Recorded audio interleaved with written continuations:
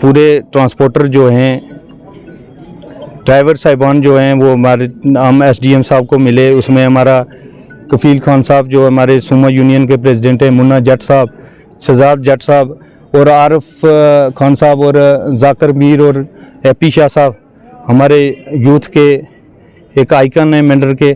सारे हम मिले यहाँ ऊपर। एसडीएम साहब से बड़ी तफसील में बात हुई। हमने बताया कि हमारे जो ड्राइवर भाइयों के साथ ज़्यादती हो रही है कि ये बस स्टैंड आपने जो खाली किया है इस पर आपको गौर करना चाहिए, और चंद लोगों की वजह से जो 2-4 गुंडे नासर लोग हैं जो हाई कोर्ट तक पहुँचे और हमारे भाईचारे में खलल डालने की कोशिश कर रहे हैं, और हमारे ड्राइवरों के पेट पे चक्कू चला रहे हैं और इन पे बुलडोज़र चला रहे हैं कि इनका कारोबार जो है बंद हो।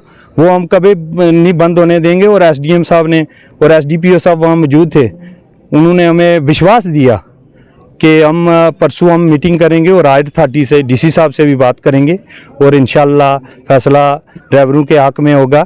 और जो लोग हमारे परेशान हैं मेंढर के, बड़े जो लोग हैं जिसके पास कोई गाड़ी स्कॉर्पियो है, किसी के पास I-10 है, वो तो खुश हैं।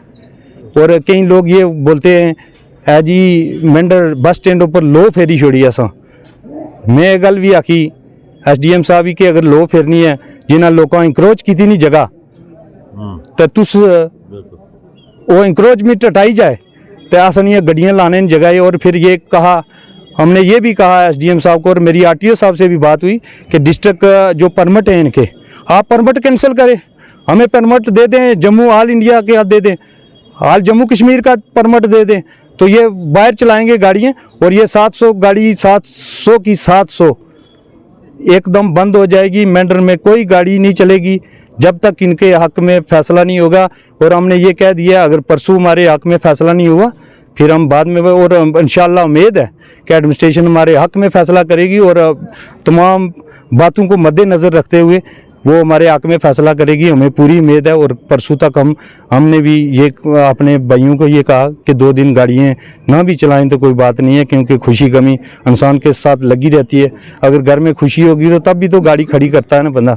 इस वजह से उम्मीद है कि परसों तक हमारे हक़ में फ़ैसला होगा और इंशाल्लाह एडमिनिस्ट्रेशन अच्छी है और समझने वाली है। और डीसी साहब से भी हमारी बात हुई। बहुत शुक्रिया, मेहरबानी। आपने अस्पताल और बस अड्डे के इंक्रोचमेंट को लेकर भी बात की, उसके लिए क्या?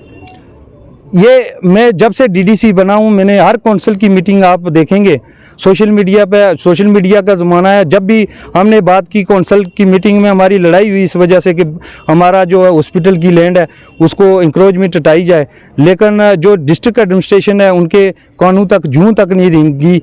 और बस स्टैंड की भी हमने बात की और मैंने आज ये एसडीएम साहब को भी बोला अगर हटाना है तो इन चीज़ों पर काम करें जो एडमिनिस्ट्रेशन है।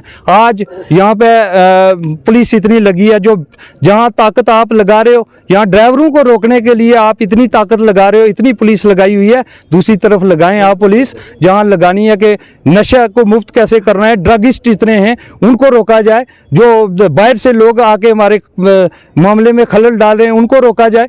तो यहाँ हमारे गरीबों पे ये अगर किसी ने जाने अनजाने में हमारे किसी भाई ने गलती कर दी, अगर यहाँ पे छोटा सा हादसा बस स्टैंड पे हुआ, वीडियो वायरल हुई, वो इतना बड़ा इशू नहीं था, वो हमने पैच अप कर दिया।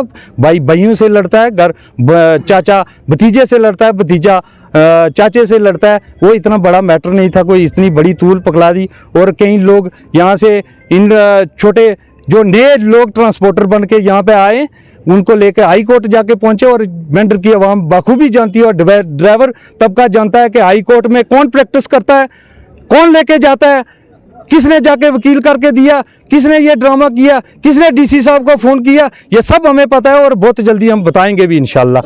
13 कनाल